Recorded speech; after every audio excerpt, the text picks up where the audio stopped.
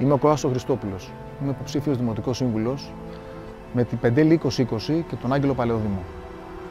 Με την Ένωση Γονέων του Δήμου Πεντέλης, όπου προεδρεύω, έχουμε διοργανώσει και συντόνισα διάφορες ημερίδες, ομιλίες, δράσεις όπως η ημερίδα για την νεανική παραβατικότητα και τις καταχρήσεις, για το σχολικό προσανατολισμό, για το μικροαστατικό πολιτισμό και την καταστροφή, αλλά και δράσεις αιμοδοσίας και συγκέντρωσης ειδών για παιδιά και γονείς σεισμοπαθείς και πλημμυροπαθείς, όπως στο Δαμάσι, στη Μάνδρα, στην Αντιόχεια.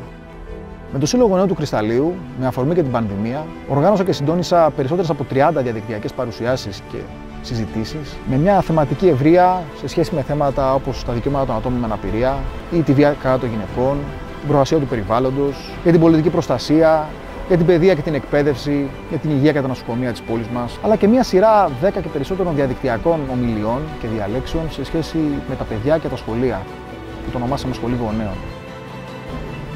Θεωρώ πως η συμμετοχή όλων μας στα κοινά δεν είναι δικαίωμα, είναι υποχρέωση. Πρέπει όλες και όλοι μας να βάλουμε ένα λιθαράκι, διαθέτοντας λίγο από τον χρόνο και την ενέργειά μας για να κάνουμε τον κόσμο γύρω μας έστω λίγο καλύτερο.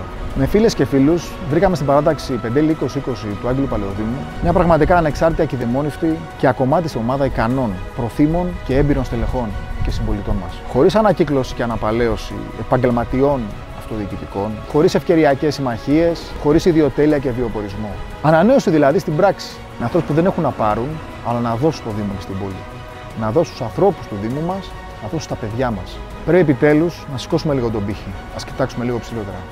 Στις 8 Οκτώβρη τελειώνει οριστικά με το παλιό. Ώρα για ανανέωση.